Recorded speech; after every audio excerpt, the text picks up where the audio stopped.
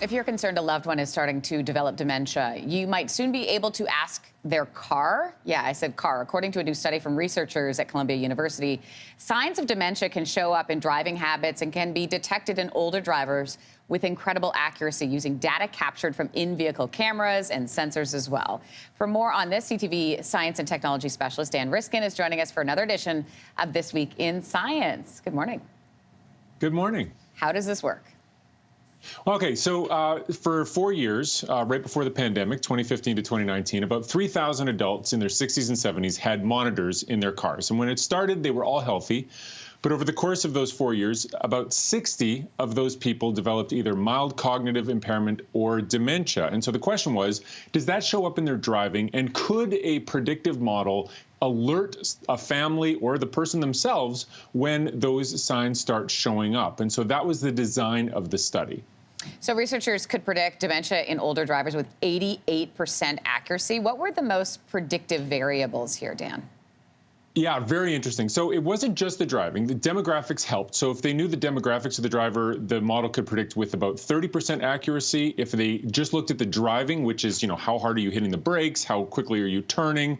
How is the person operating their vehicle? That could predict about 66%. But when you put those together, the model could predict with 88% accuracy how well a person was going to drive. And so the details that really jumped out as important were what percent of those trips are really close to home, like not going very far from the house?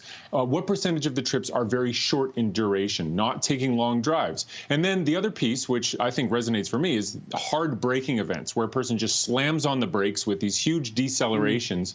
You see these three trends changing in a driver in anticipation of their developing dementia or cognitive impairment. And so if a car had an alert built in where it knew the age of the driver going in and it knew other variables, and then it could look at what's happening with the driving, it might be able to alert someone, hey, by the way, your driving has changed in the last 6 months, and this might be something to look into. Maybe talk to your doctor. It really is so fascinating. Something that stood out to me, too, when talking about blind spots, like how often you check your blind spot, for example. But when I think about, I just got a new vehicle in the last, 6 months or so, and I have all of this technology in my car where it's telling me if there's somebody in my blind spot. So it's just changed the sort of attitude and the way that we drive now. How's that factored in?